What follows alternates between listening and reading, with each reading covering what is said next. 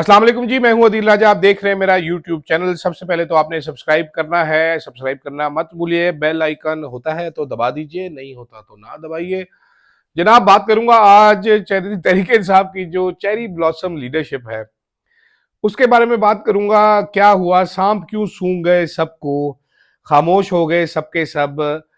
साथ साथ कुछ ये जो नेशनल सिक्योरिटी कमेटी का जो इजलास हुआ है इसके ऊपर थोड़ी रोशनी डालते हैं। ये हार्ड स्टेट क्या होती है, ये ट्विटर पे भी मैंने सवाल छोड़ा, मुझे मिला नहीं सवाल इसका कि हार्ड स्टेट क्या होती है।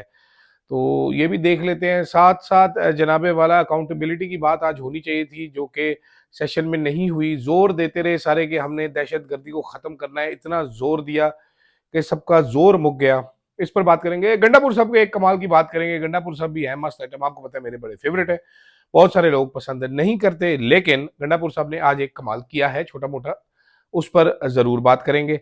साथ साथ जो ये काले मुंह वाला तारीख का स्याह किरदार काजी फईसा के साथ जो जनाजे पे हुई है, जस्टिस मुनीब के ससुर जो हैं, जो अनवर साहब हैं एडवोकेट, सीनियर तरीन पाकिस्तान के वकील, उनके जनाजे पे वो, और कैसे कैसे 26वीं आईनी तरमीम के बाद हीरे आए हैं, हमने लबे हैं।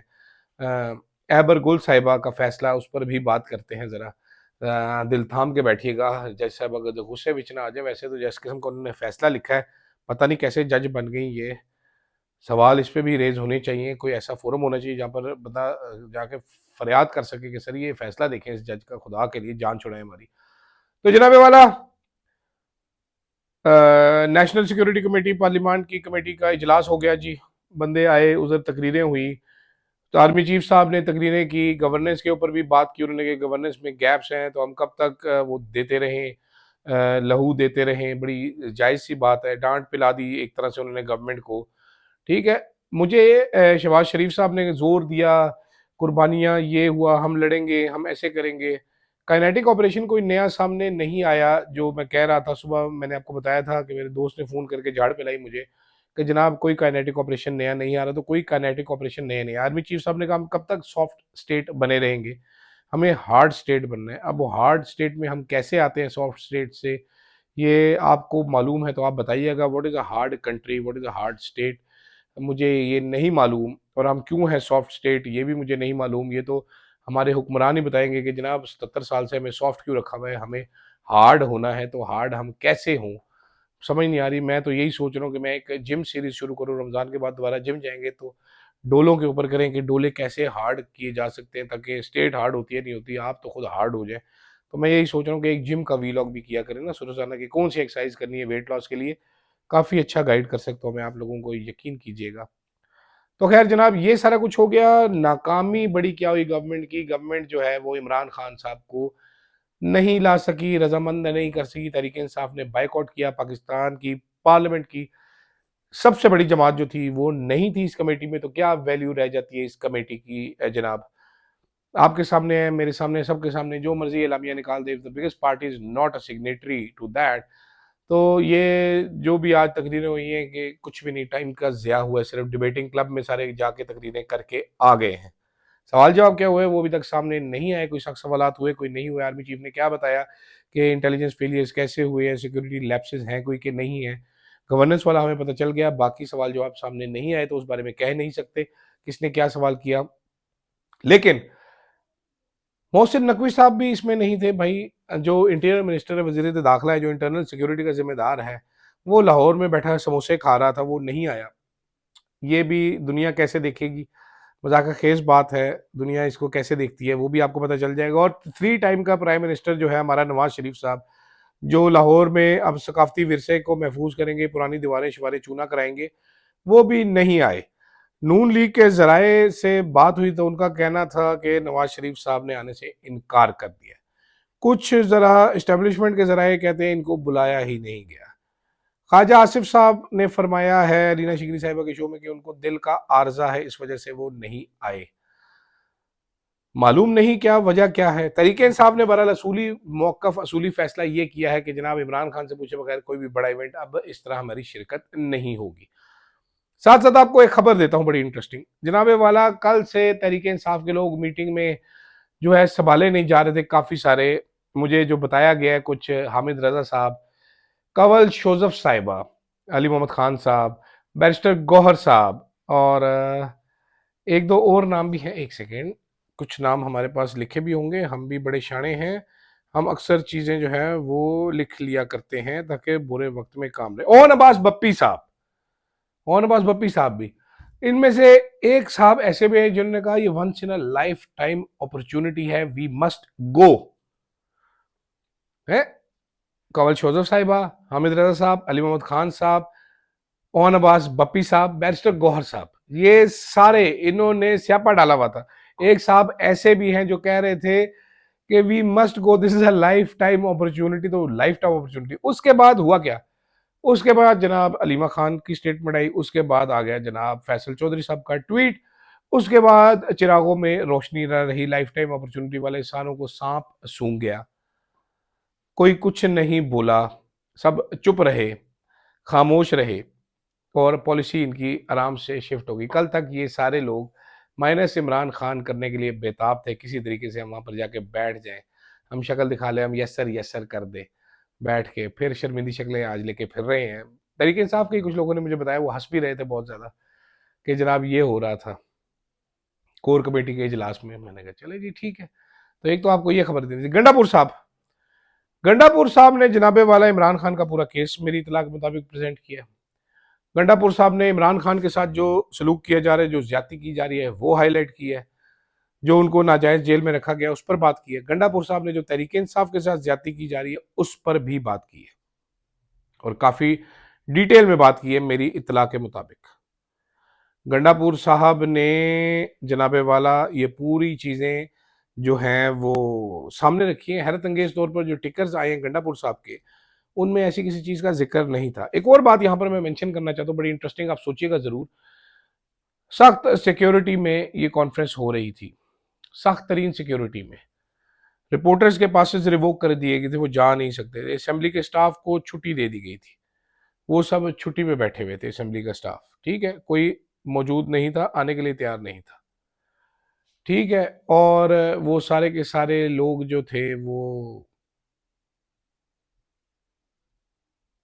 क्या कह सकते हैं उसको, जरूरी स्टाफ के साथ जनाब ये किया गया है आज इन कैमरा सेशन। सारे चैनल्स पे टिकर चल रहे थे। आपने क्या सोचा है कि ये टिकर्स कहां से आ रहे थे? क्या आपने किसी चैनल ने कोई दावा किया कि हमारा रिपोर्टर वहां पर मौजूद था जिसने हमें ये टिकर्स लिख कर भेजे? किसी चैनल ने वेरीफाई करने की कोशिश की है कि जो आप चला रहे हैं वो क्या एक्चुअली कहा भी गया है वहां पर? अगर किसी चैनल का कोई दावा है कि जनाब ये खबर हमारी है, हमारे रिपोर्टर ने सुनी हुई है, ये बोला गया हो, तो मुझे ज़रूर बताइएगा। अगर ऐसे करके सिलेक्टिव टिकर्स ही जारी कर रहे थे चैनल्स को, इन कैमरा इजलास, उसकी सैंक्टिटी भी ख़राब करनी थी इजलास की, इन कैमरा के साथ मजाक करना था, इतने लोगों को छुट्टी भी दे दी, रेड जोन सील भी कर दिया, ये भी हो गया जनाब, वो भी हो गया, और ऐसा भी हो गया, वैसा भी हो गया, तो क्या ज़रूरत थी यार? मतलब आप सारे लोगों को बुला के बैठा लेते, फिर कैमरे लगा देते ताकि सारे लोग एक दफ़ा कौम भी तो देखती ना जनाब कि क्या बातें बताई जा रही हैं, क्या हो क्या रहा है। हम भी तो देखें ना ज़रा कि कैसे हमारे बड़े जो है ये बंद कमरा करके क्यों बैठे हुए हैं और क्या डिस्कस कर रहे हैं। तो एक ये मज़ाक़ खैर सी बात थी, मेरे ज़हन में आ रही थी, मैंने कहा ये पूछ लूँ। गंडापुर साहब ने, मैंने आपको बता दिया, केस प्रेज़ेंट किया, कौन-कौन लुड्डी डाल रहे थे, भंगड़े डाल रहे थे, जाने के लिए तैयार थे, बेचैन थे, जिनको रात को नींद नहीं आई होगी इस खुशी से कि कल हम जाएँगे, खुशबू लगा के और तैयार-श्यार होके, हैं बप्पी साहब? साथ नाज़रीन, अब आखिर में बात करते हैं एक तारीख के मनहूस आदमी की, काज़ी फ़ाइज़ ईसा की।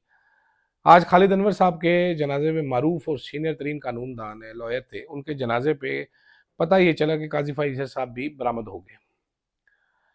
और जो वाक़फ़ हालात है, मेरी चंद रिपोर्टर से बात हुई, एक वकील से फिर बात हुई जो जनाजे में मौजूद था, उसका कहना है कि वो कह रहा था दिल भाई काले कुत्ते को लोग इससे ज़्यादा मुँह लगा लेते होंगे जिस तरह इसको किसी ने मुँह नहीं लगाया। ये घटिया आदमी एक साइड पे खड़ा रहा है, किसी ने देखा नहीं इसकी तरफ, जिसका जो सबसे वो पुरसा जिसको दे रहे थे जस्टिस मुनीर अख्तर साहब, उसने मुंह लगाना दरकिनार देखना गवारा नहीं किया। भूले भटके कोई एक आदमी, दो आदमी इससे मुलाकात के लिए चले गए, धूप में अकेला पूरा टाइम खड़ा रहा है। ये होता है नाजरीन तारीख का इंतकाम। आप इतने बड़े ओहदे पर रहे हो, अब इतने बड़े आदमी हों। वहाँ पर काफ़ी सारे और भी जजेस आए हुए थे, साबिक जजेस ढेर सारे आए हुए थे, सब बातें कर रहे थे। साकिब निसार की बड़ी बात की जाती थी, साकिब निसार आज भी लोगों के झुरमुट में वहाँ पर मौजूद थे। इसको किसी ने मुंह नहीं लगाया। ये वो बंदा है नाजरीन जिसने अरशद साहब का केस खराब करने की कोशिश की, बाकी सारे जुल्म इसके जो है एक साइड पे रख दे। इसने अरशद साहब का केस खराब करने की कोशिश की। उसमें 2 रिपोर्टर्स भी शामिल थे बेगैरत किस्म के, हमारे मीडिया के, जिनमें से एक तो बेरोजगार हो चुका है आजकल और वो नारे भी मारता है कि अब मैं बेरोजगार हूँ तो मेरा यूट्यूब चैनल फॉलो किया करें। मुझे उम्मीद है आप पहुंच जाएंगे। और एक और बेगैरत रिपोर्टर था जो गए थे इसके पास कि जी ये जस्टिस मंजूर के सामने अरशद साहब का केस लगा दें सर, देखते हैं फिर क्या होता है। ये मैं आपको वाकया बता रहा हूँ, मैंने इससे पहले जिक्र नहीं किया, मुझे पूरा डिटेल पता है वाकया। जिसके बाद ये केस जस्टिस मंसूर अली शाह के बेंच के सामने लगाया गया। मैं मौजूद था उस पेशी पर, जस्टिस मंसूर साहब आए, उन्होंने कहा ये केस गलत हमारे पास लग गया। ये तो 5 मेंबर बेंच सुन रहा था, 3 मेंबर बेंच के सामने लगा कैसे? रजिस्ट्रार को शायद कोई भूल चूक हो गई। उस भूल चूक के पीछे ये 2 बेगैरत रिपोर्टर थे और ये मनूस आदमी था जिसका नाम काजी फायज ईसा है। काला मुंह लेकर खड़ा रहा नाजरीन, किसी ने थूका नहीं इसकी डायरेक्शन में। ये तकदीर का, कुदरत का बड़ा भयानक इंतकाम होता है कि आप चीफ जस्टिस बने हो, किसी मुल्क के सबसे बड़े ओहदे पर रहे हो और कोई आपको देखकर थूकना गवारा ना करे। साथ साथ जनाबे वाला मेरे दोस्त हैं अबूजर सलमान न्याजी साहब, वो पेश हुए थे जनाबे वाला एबर गुल साहिबा के केस में।